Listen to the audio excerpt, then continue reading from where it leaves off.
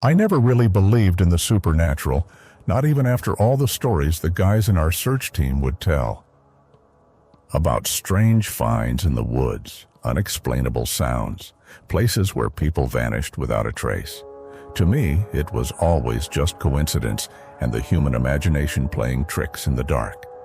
But what happened last fall made me reconsider. My name is Marcus. I'm 34, and for the past 6 years, I've volunteered with the search and rescue team in our county near the Great Lakes. Usually, we go out looking for lost hikers, hunters who wandered off, sometimes elderly folks with dementia. Over the years, I've seen a lot. People found alive and dead, deep in the forest, at the bottom of ravines. But no case has stuck with me like the disappearance of Thomas Webb. It started on October 22nd.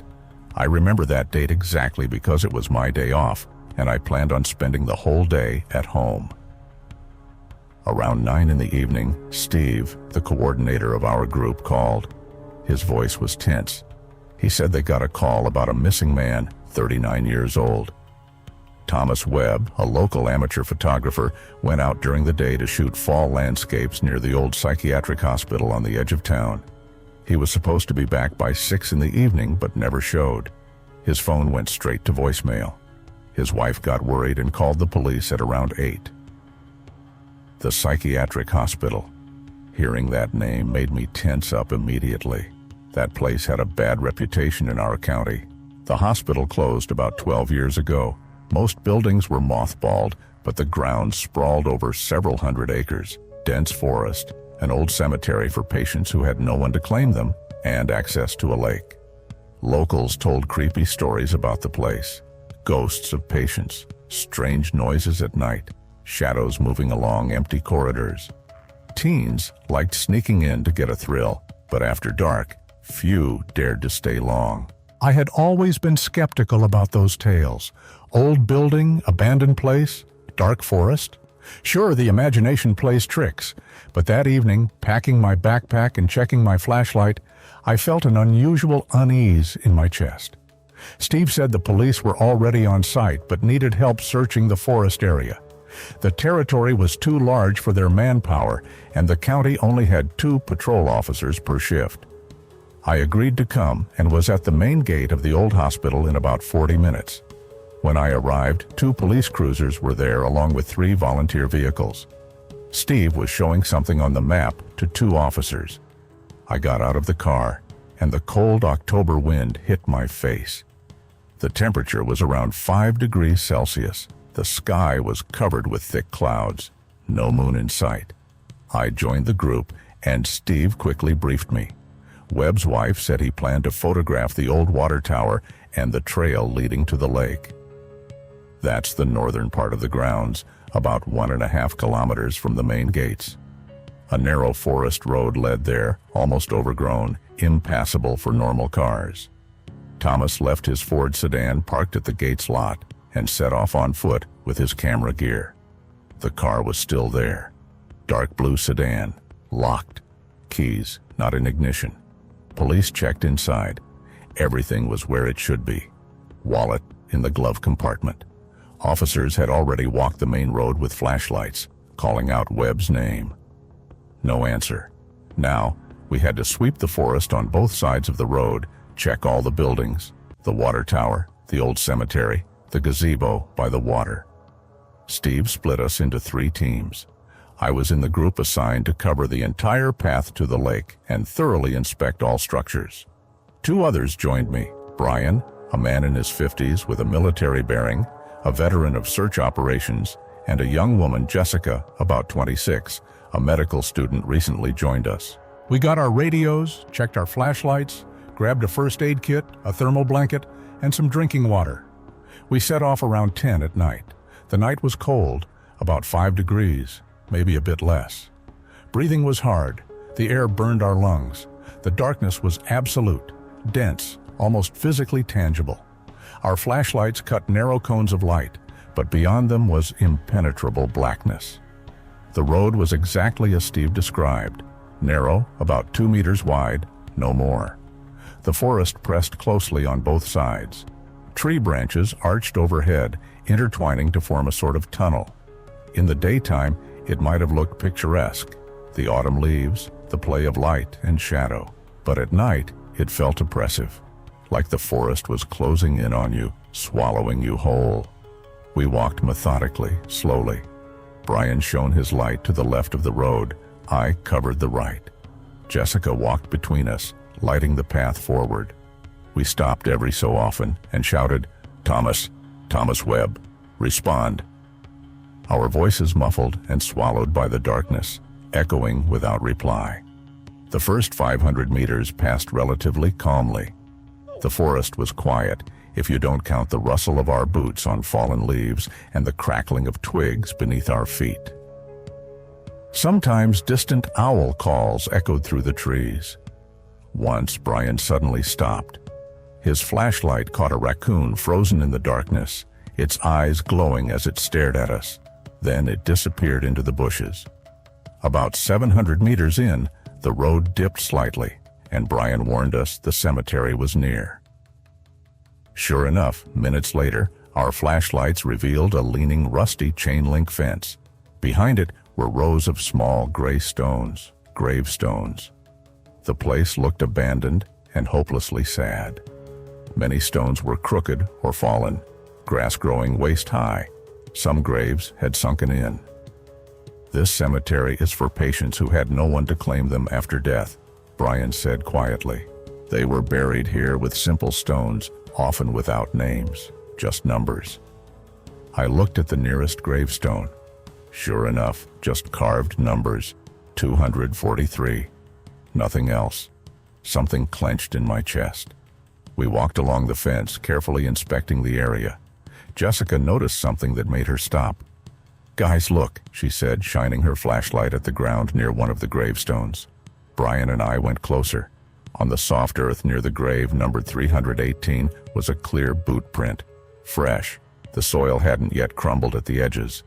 Brian squatted, pulled a ruler from his backpack, and measured it. Size 44. A man's hiking boot tread. He looked up at me. "Looks like a print." We started looking for more tracks and found 3 more prints leading deeper into the cemetery, toward the far corner where the oldest grave stood. The prints followed an uneven line, as if someone walked slowly, stopping to look at something. We followed the tracks, staying close together. The air felt colder, thicker. I noticed I was breathing more frequently, even though we weren't exerting ourselves. The place weighed on the mind. Rows of nameless graves, crooked crosses, sunken earth. The tracks led us to the very far corner of the cemetery where the fence had partially collapsed. There, leaning against one of the tombstones, lay a camera. An expensive DSLR with a lens, covered in dew but clearly undamaged. Jessica carefully picked up the camera by its strap. "This is definitely Webb's camera." His wife described the same model. Brian radioed Steve about the find. Steve replied that other groups had found nothing and ordered us to continue toward the lake. The camera was bagged as evidence. I looked around. The tracks ended here, at the broken fence. Behind it began an even denser forest. The trees stood so close that a person could barely squeeze between their trunks. I shone the flashlight into the thicket, but the beam was lost in the brush after just a few meters. "He went there," Brian said, nodding toward the forest beyond the fence. Why, we didn't know. We stepped over the fallen chain and plunged into the thicket. It was hard going. Branches whipped my face, roots caught my feet. There was no path at all. Every few meters we had to stop and figure out how to bypass the next dense bush or fallen tree. We walked for about 100, maybe 150 meters. Suddenly, the forest thinned, and we came to a small clearing. In the middle stood something strange. A wooden frame, roughly 3 meters tall. Brian shone his flashlight on it, and I saw the details. It was an old gallows, a wooden platform raised about 80 centimeters above the ground, with a post and a crossbar on top. The wood was darkened by time and moisture, moss covering parts of it, but the structure still stood firm. "What kind of place is this?" Jessica whispered. Brian shook his head. "No idea. There was nothing like this in the hospital records. Maybe it dates back to older times. We circled the gallows. No sign of Thomas Webb. No footprints at all, just old rotting wood and fallen leaves around. "Let's keep moving toward the lake," Brian said. "Maybe he just passed this place." We pressed on. The forest closed in again, even denser. Walking grew tougher. I regretted not bringing a machete. Jessica was between Brian and me, and I heard her breath quickening. After another 200 meters, the forest suddenly ended, and we reached the water. The lake was enormous, dark, almost black in the flashlight beams. The water was perfectly still, without a ripple. The shore was covered with large stones and sand. To our right, about 50 meters away, stood an old water tower, a brick building about 20 meters tall, with narrow windows like arrow slits. The door was slightly ajar, darkness spilling from the opening. To our left, closer to the water, was a half-ruined gazebo, a wooden structure with a roof. 3 of its 4 walls had collapsed. We decided to check the gazebo first. As we approached, I saw it immediately. On the only remaining bench lay a backpack, a typical tourist backpack, dark gray, clearly an expensive one. Next to it were a thermos and a windbreaker. Brian carefully opened the backpack. Inside were a spare camera lens, a bottle of water, energy bars, a map of the area, and documents, driver's license in the name of Thomas Webb. He was here. Brian looked around. The items were dry. Dew hadn't settled on them, so he must have left them no more than an hour or 2 ago. Jessica walked to the edge of the gazebo and shone her light at the shore. "Guys, there are footprints leading into the water." We walked over to the lake. Sure enough, on the sand were boot prints leading from the gazebo right up to the water's edge. And there they ended, as if someone stepped into the lake and never came out. Brian grabbed his radio and reported to Steve. Steve said he was calling divers and asked us to stay put, scout the area, but not enter the water. We began to investigate the shore along the waterline. We walked about 200 meters one way. Nothing. Returned and walked the opposite way. Also nothing. Only those same footprints leading into the water and disappearing. I stood there by the lake, staring into the dark beyond the water. Something was wrong with this place. I couldn't put my finger on it, but the feeling grew stronger every minute. Too quiet, too calm. Not even a breeze stirred. The water lay perfectly still, like a black mirror. "Let's check the tower," Brian said, nodding toward the water tower. We headed for it. The door was slightly open, as I'd noticed. Brian pushed it, and it creaked open slowly. Inside smelled of dampness, mold, and something else. Something unpleasant I couldn't identify. The first floor was empty, just old rusty pipes and puddles of dirty water on the concrete floor. In the corner stood a metal staircase leading up. The steps looked unstable, rusted through in places. "I'll go up," Brian said. "You stay here." He started climbing cautiously. Every step screeched sharply. I shone my flashlight up, watching his every move. Jessica stood beside me, staring nervously into the darkness above. Brian reached the second floor and disappeared from sight. We heard his footsteps above for a few seconds. Then he said something, but the words were too distant to make out. Then silence. "Brian," I called. No answer. Jessica looked at me anxiously. "Brian," I raised my voice. "Are you okay?" Silence. Long, pressing silence. My pulse quickened. Something was wrong. Brian wasn't the type to stay silent when called. "I'm going up," I told Jessica. "Stay here. If anything happens, call Steve on the radio immediately." She nodded, but I saw the fear in her eyes. I started climbing the stairs, trying to step where the metal looked strongest. The steps creaked and bent under my weight, but held. Reaching the second floor, I looked around. It was a big room with a low ceiling. Old pipes ran along the walls. In the center was a huge rusty tank. The floor was covered in dirt and bird droppings. But most importantly, Brian wasn't there. "Brian," I shouted. My voice echoed off the walls, and then I heard it. Footsteps right above me on the 3rd floor. Slow, measured steps. Someone was walking up there in the dark. I shone my flashlight upward and saw another staircase, a narrower one leading to the very top of the tower. And I realized Brian had climbed up there, but why wasn't he answering? I approached the stairs and began to ascend. The steps here were wooden, old and rotten. They bent and cracked under each step. As I climbed, I heard those footsteps clearly now. They kept pacing back and forth. Finally, I reached the third floor. It was a small, round room with narrow windows, arrow slits. Moonlight did not pierce the clouds. My only light was the flashlight, carving a small circle out of the dark. And within that circle, Brian stood, back to me, utterly still. He faced the wall and didn't move. "Brian," I said carefully, stepping closer, "are you okay?" He didn't answer, didn't turn. He just stood, staring at the wall. I moved around him to see his face, and a cold sweat broke out over me. Brian's eyes were wide open, but his gaze was empty, vacant. He was staring through the wall, as if seeing something beyond it. His mouth was slightly open, and I heard him whisper softly, "Brian." I grabbed his shoulder and shook him. "Brian, snap out of it."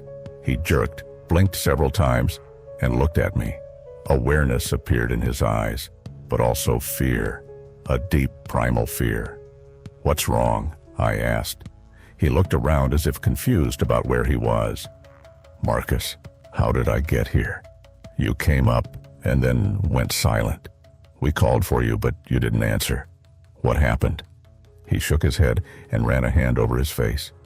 "I don't know. I climbed up here to take a look, and then I saw something in the window, a figure. It was standing outside in the dark, staring at me, and I couldn't look away. It called me silently, but I knew it was calling me toward the lake." I looked at the window he pointed to. There was nothing, just darkness, but a chill ran down my spine. "We need to get out of here now." Brian nodded, and we started to descend. As we reached the first floor, Jessica rushed toward us. "Thank God," she said breathlessly. "I heard footsteps upstairs, but there were only 2 of you. There were more footsteps than that." We stepped outside the tower, breathing in the fresh air with relief. But the relief was short-lived. Brian suddenly froze, staring toward the gazebo.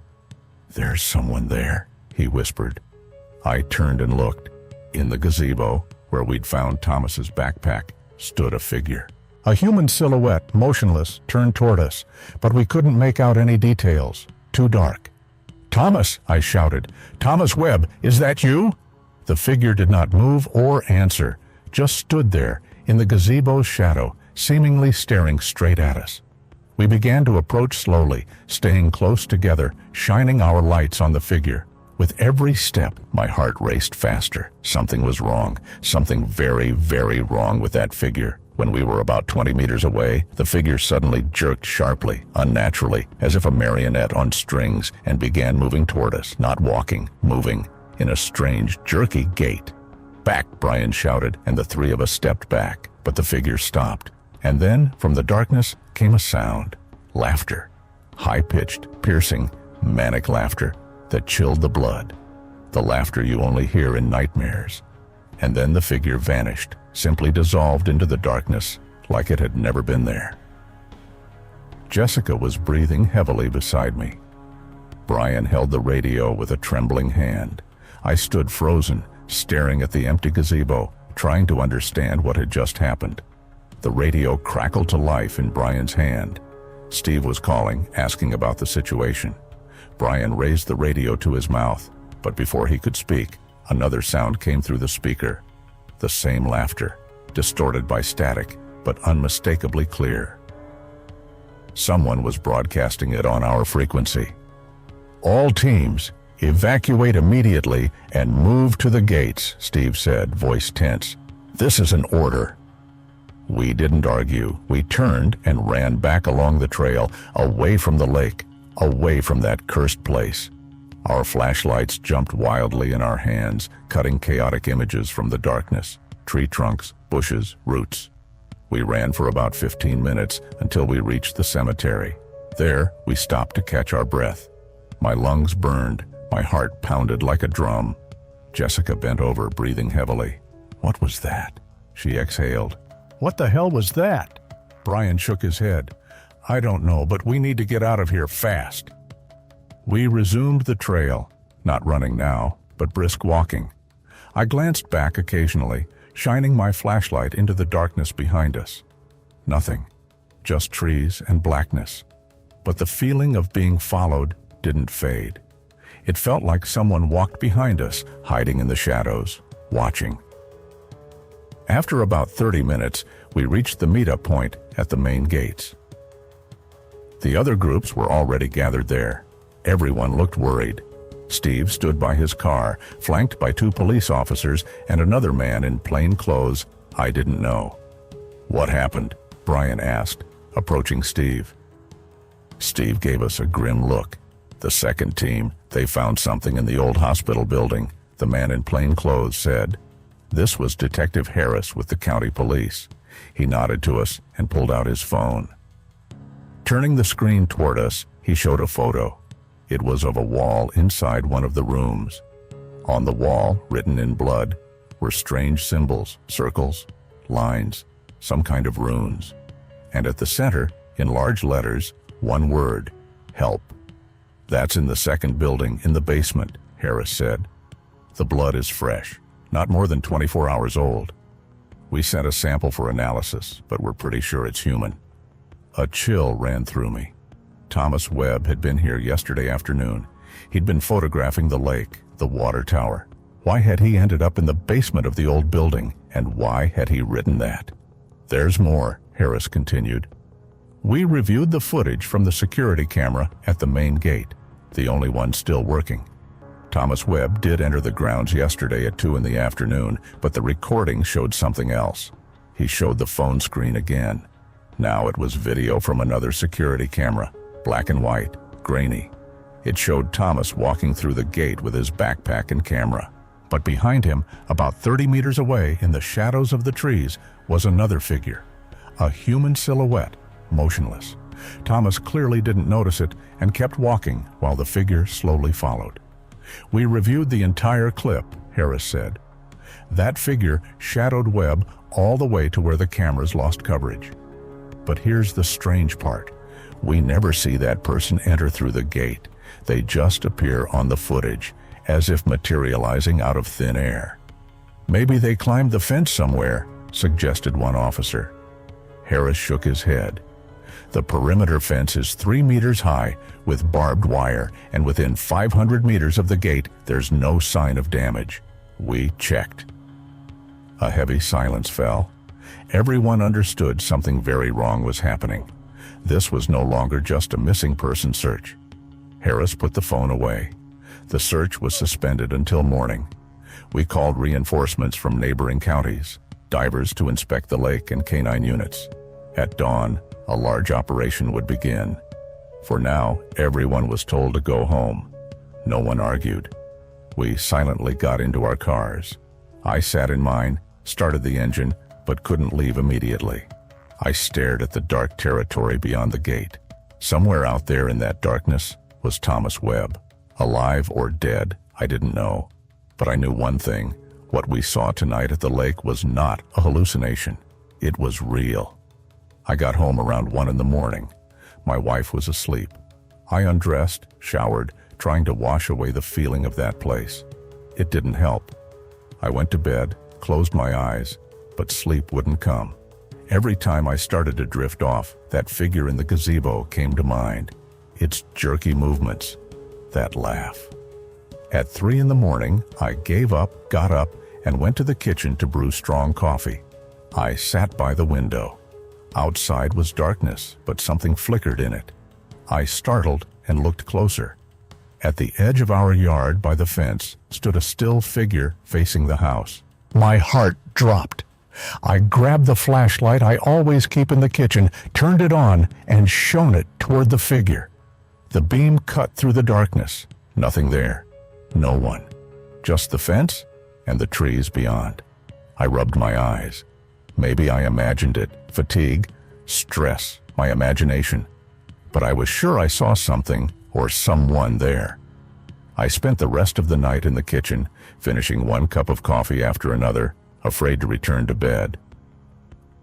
When dawn finally broke outside the window, I felt a brief relief, but it didn't last long.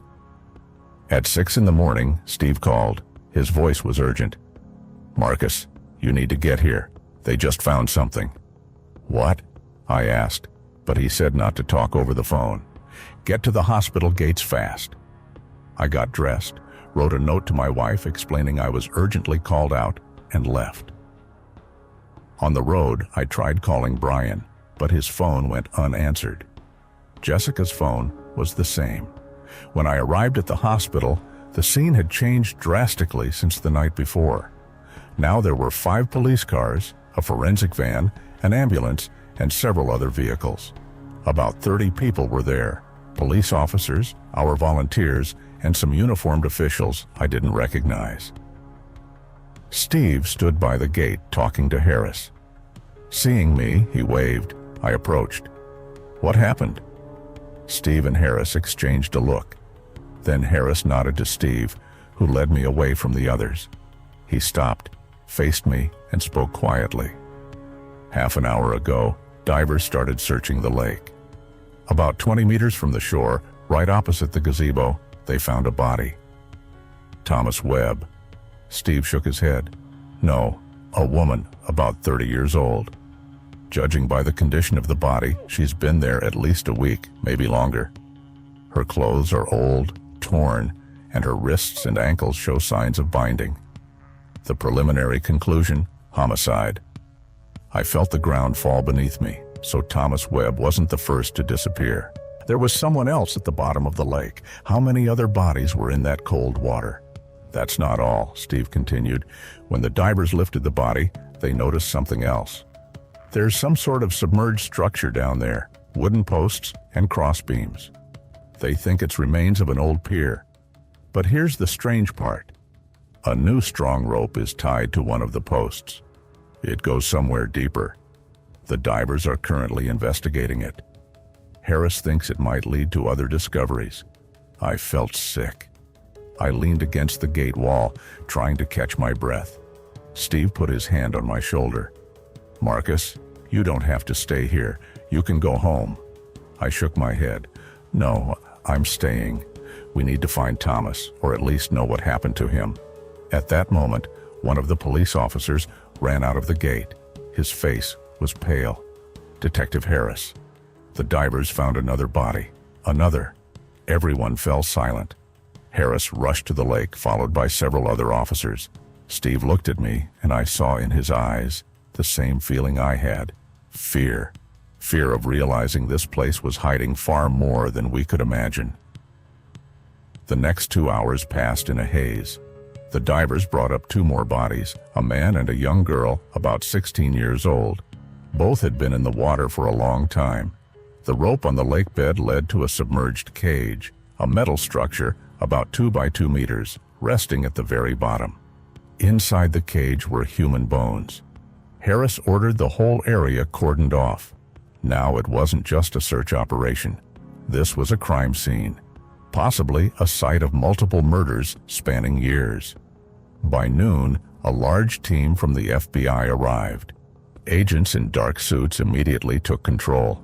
They began interviewing everyone who had been on the grounds the previous night. When it was my turn, they led me to a mobile office, a trailer they'd brought along. The agent questioning me introduced himself as Coleman, a man in his 40s with a tired face and sharp eyes. He asked me to tell him everything I had seen the night before. I told him about the footprints, Thomas's camera, the backpack in the gazebo, the prints leading to the water, the tower, what happened to Brian, and the figure in the gazebo. Coleman listened intently, writing notes.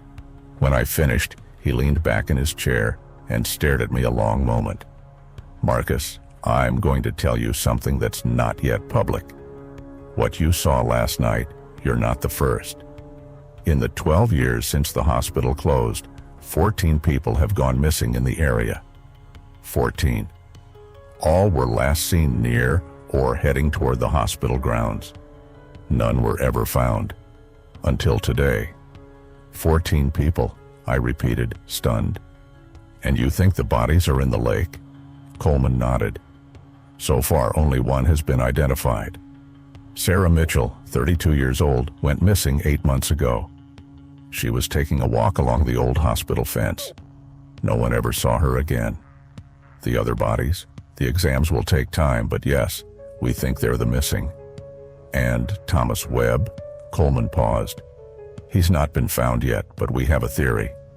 We believe there's a serial killer operating here, possibly living on or near hospital grounds, using the area as hunting grounds, luring people in, killing them, and dumping bodies in the lake. His words made sense, but something inside me resisted.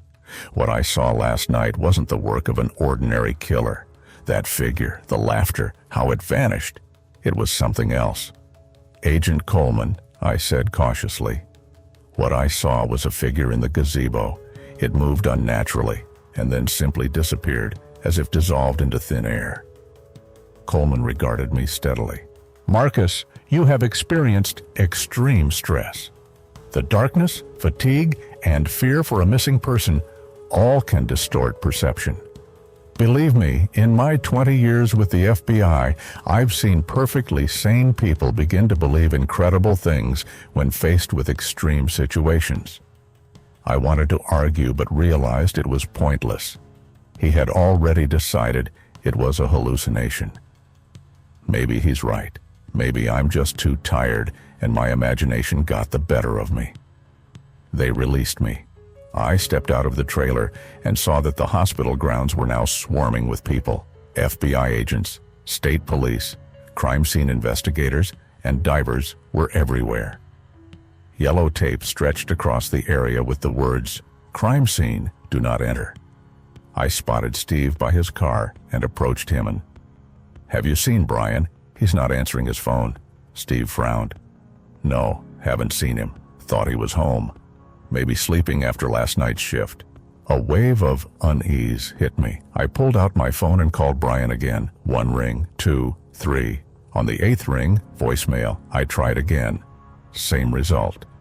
"Steve, give me Brian's address," I said. He looked at me with concern. "You think what I think. Just give me the address." 10 minutes later, I was driving to Brian's place. He lived alone in a small house on the outskirts of town. When I arrived, his car was on the driveway, so he was home. I got out and walked to the front door. I rang the bell. No answer. I knocked. Silence. I tried the handle. Locked. "Brian?" I called out. "Brian, it's Marcus. Please open." Still nothing. I circled the house, peered in the windows. The living room was empty. In the kitchen, a coffee mug sat on the table, still steaming. So he'd been here very recently. I made my way to the backyard and saw something. The back door was wide open. The glass in the door was shattered, shards scattered across the floor inside. Someone had broken in. My heart thumped faster. I grabbed my phone, intending to call the police. But then I heard a sound from inside, soft, barely audible. Scratching, like claws scraping wood. I froze. The scratching continued, rhythmic, persistent. I looked through the broken door, shining my phone flashlight inside. The hallway was empty, but the sound came from deeper within the house. "Brian," I called quietly. The scratching stopped. A long, heavy silence settled. Then I heard footsteps, slow, dragging footsteps. Someone walking down the hall toward the door, to me. I stepped back several paces. My hand instinctively reached for the folding knife I always carry on searches. I took it out and opened the blade. A figure emerged slowly from the darkness of the hallway, step by step. When the light fell on him, I realized it was Brian, but something was wrong. He moved strangely, jerkily. His head tilted unnaturally to one side. His eyes were wide open, but empty, just like at the tower. "Brian," I said, trying to keep my voice calm. "Can you hear me?" He stopped in the doorway, looked at me with that blank gaze, and slowly smiled. But it wasn't his smile. It was the smile of something else looking out of his eyes. Then he spoke. His voice was like Brian's, but twisted, as if multiple voices spoke at once. "Marcus, you're back. Good. He's waiting for you by the lake. Come join us." "Who's waiting?" I asked, though I wasn't sure I wanted the answer. Brian's smile widened, unnaturally wide. "The one who's been here since the beginning. The one they tried to bind, lock away. but they couldn't. He's free now, and he's hungry. Brian stepped forward. I backed up, holding the knife out before me. Brian, fight it. This isn't you. Something's controlling you. But he kept coming, slowly but relentlessly. His hands rose, fingers curled like claws. I saw his nails were covered in blood. He scratched at walls, the door, his own face. I didn't want to do it, but I had no choice. When he lunged at me, I instinctively thrust the knife forward. The blade pierced his shoulder. Brian didn't even scream. He just stopped, looked at the wound, dripping blood, and laughed that same manic laugh I'd heard at the lake. I pulled out the knife and ran. Through the backyard, through neighboring yards. I heard heavy footsteps behind me, chasing. I reached my car, jumped in, started the engine. In the rearview mirror, I saw Brian on the road, standing there, watching me leave, still smiling. I hit the gas and sped away. My hands trembled on the wheel. My whole world turned upside down. Brian, my friend, seasoned searcher, rational man, was possessed or controlled by something from that hospital. I grabbed my phone and called Agent Coleman. He answered on the third ring. "Marcus, what happened?" "Brian," I whispered. "Brian Lawson from our group. Something's wrong with him. His house, the back door's broken in. He attacked me." Coleman's voice became sharp and commanding. "Where are you now?" "I'm driving, I don't know where, away from his house." "Give me the address. We're sending a team immediately." I gave the address and dropped the phone on the seat. I had to think, to understand what was happening. What Coleman said about a serial killer. It was only part of the truth. Something bigger was going on at that place. Something ancient and evil. I remembered Brian's words, the one they tried to bind and lock away. Who? Patients? Staff? Or something that was there before the hospital was built? I needed information. I turned the car around and headed for the city library. There had to be archives, old papers, documents on the hospital's history. Maybe I'd find an answer. The library was nearly empty, just a handful of visitors and an elderly librarian behind the desk. I approached her and asked about the archives. She led me to the basement where dusty folders and bound newspapers lined the shelves. I started with the papers, looking for any mention of the psychiatric hospital. I found an article about its opening in 1928, a large 3-story building, modern for its time, designed to hold 200 patients. Digging further, I found a 1934 article. There had been an incident. 3 patients escaped, taking a nurse hostage. They were found 2 days later by the lake. All 4 were dead. The nurse drowned. The patients had hanged themselves from a tree. The article was brief, scant on details. Another clipping from 1949 told of a fire in the hospital's east wing. 8 patients and 2 orderlies died. The cause? Arson. 1 patient with schizophrenia doused the ward with kerosene and set it ablaze. Before dying, he screamed about him, the master of the lake, who demands sacrifices. I felt chills run down my spine. The master of the lake, that's the very him Brian was talking about. I continued searching. In 1962, a mass suicide. 5 patients left the hospital simultaneously one night, walked to the lake, and drowned themselves. Their bodies were found the next morning. All 5 held hands, forming a chain in the water. In 1978, the disappearance of the hospital's chief physician, Dr. Edward Hall. He left his evening shift and never returned home. His car was found in the hospital parking lot, but the doctor was nowhere to be found. Searches yielded nothing, and so on and so forth. Dozens of strange incidents over the hospital's 70-year existence. Too many to be coincidence. This place was cursed, or something lived there that fed on people. I started searching for information on what was at this site before the hospital was built.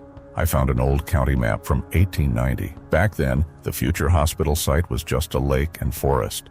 But on the lake's shore stood a structure labeled on the map, Old Chapel, a chapel. I searched other documents for mentions of it.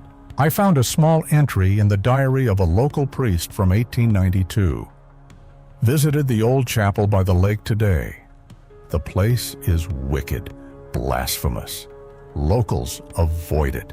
They say 100 years ago, pagan rituals were performed there, sacrifices to the water spirit to appease it.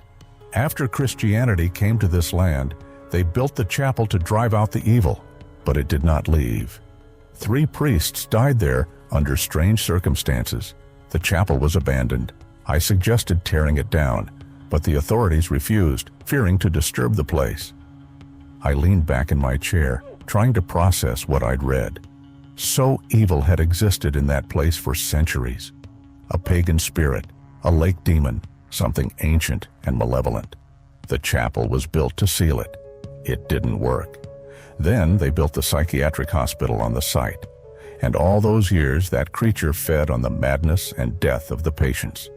When the hospital closed, it began venturing beyond the grounds, hunting random people who wandered in. 14 missing in 12 years. And now, Thomas Webb. My phone rang, pulling me from my thoughts. It was Coleman. "Marcus, where are you? We need to talk urgently." "I'm at the city library." "What happened?" "We were at Brian Lawson's house." His voice was tense. "He's not there.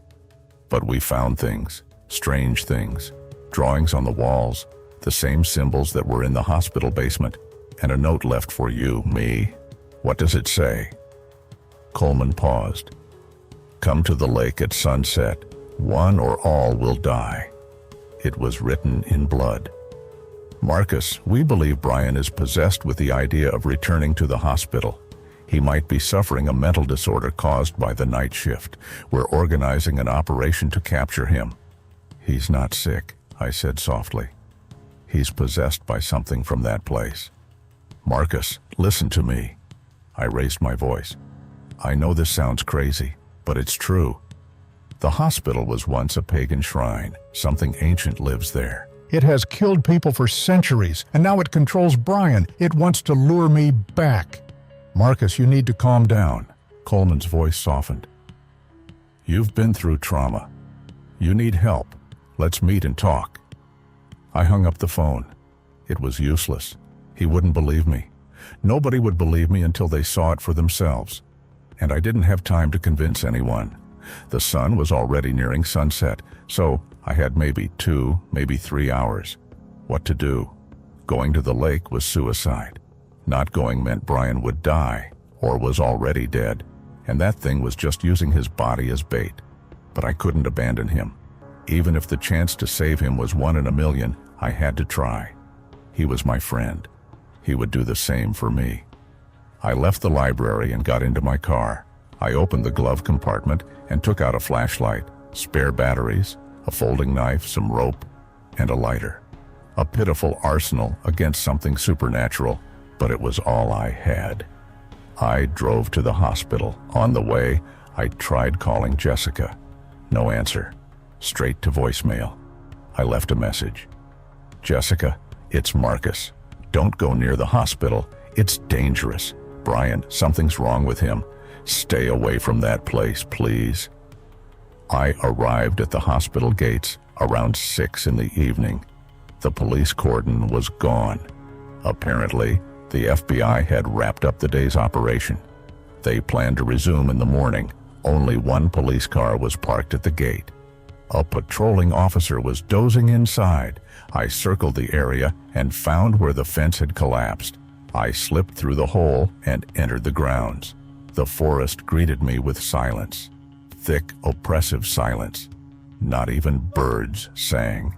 I took the familiar path to the lake. I walked quickly while there was still light.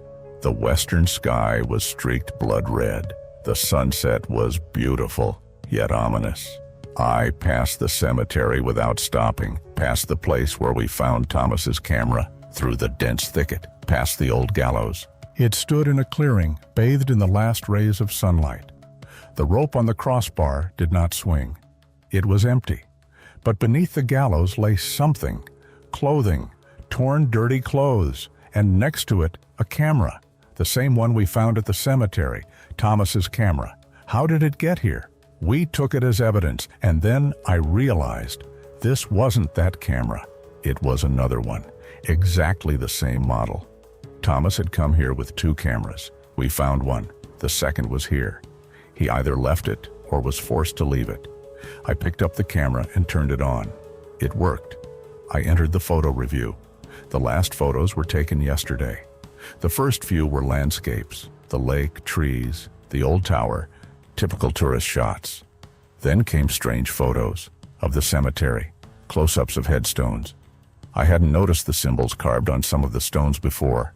Strange marks, runes, pagan symbols. More photos, the gallows, from different angles. And in one photo, taken from a distance, I saw a figure. A blurry human silhouette standing next to the gallows. Unclear, as if it moved during the shot or wasn't fully corporeal. The last photo made my heart stop. It was a selfie, taken with the camera held at arm's length, Thomas himself. But the expression on his face, eyes wide with terror, mouth open in a silent scream. And behind him, in the blurred background, was the figure. The same one from the previous photo. Only now it stood right behind Thomas, almost touching him.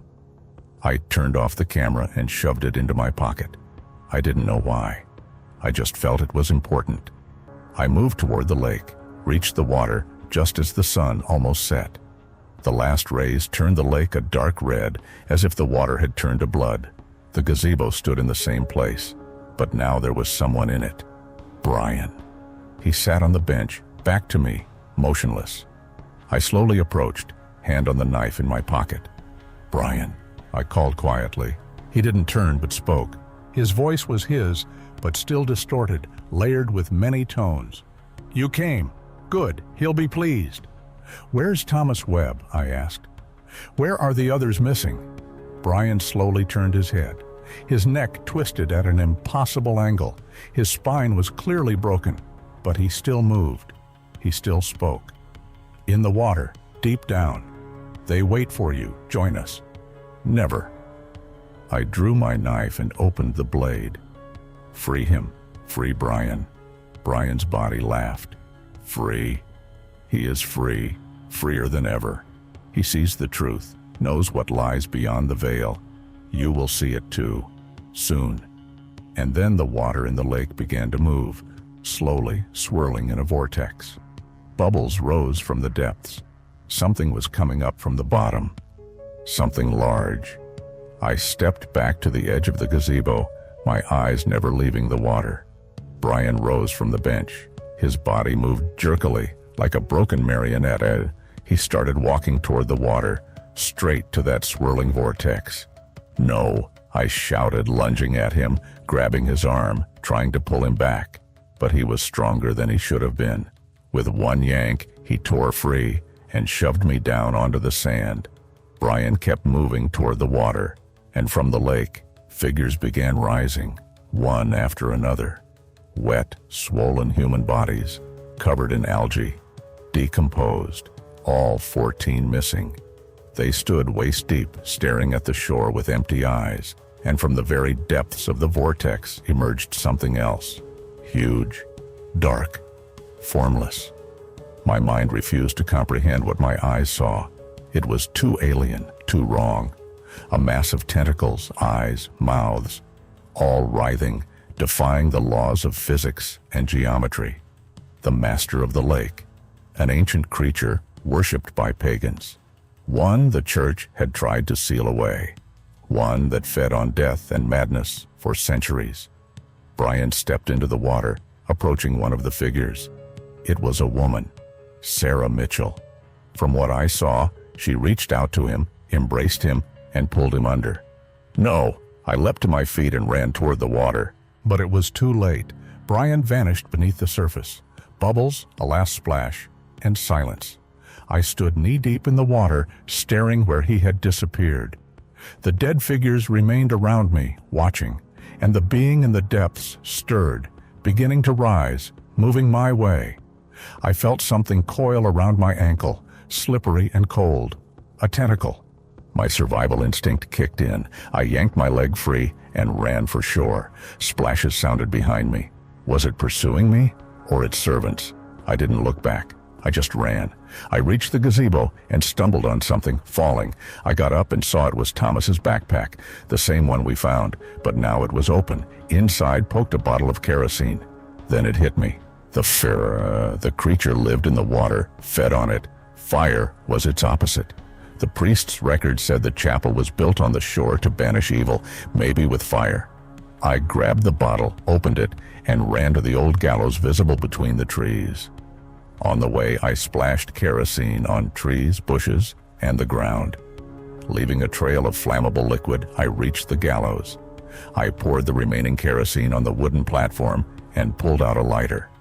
I looked back. Figures emerged slowly from the forest, missing people controlled by the creature. They surrounded me. I struck the lighter. Flames leapt forth, touched the kerosene. Fire coursed across the platform, igniting the gallows. Tongues of flame reached upward, lighting the clearing with hellish light. The figures stopped, frozen. Then they began to retreat, slowly but surely, moving away from the fire. From the forest came a roar, inhuman, primal, filled with rage and pain. The creature felt the fire. It hurt. The fire followed the kerosene trail I had left, setting trees and bushes alight. A forest fire had begun. I knew it was madness, but it was the only way to stop it. I ran away as flames spread through the forest. Behind me, I heard cracking, burning trees, the creature's roar, and the screams of its minions. I ran to the road I had come in on. The fire hadn't reached there yet. I ran with all my might until I was outside the hospital grounds. I got out through the same hole in the fence. I reached the car, started the engine, and sped away. It wasn't until I had driven several kilometers that I stopped and looked back. A glow from the fire rose above the hospital grounds. The sky turned orange. I pulled out my phone and dialed 911. I reported the fire. Then I called Coleman and told him everything. He listened silently, not interrupting.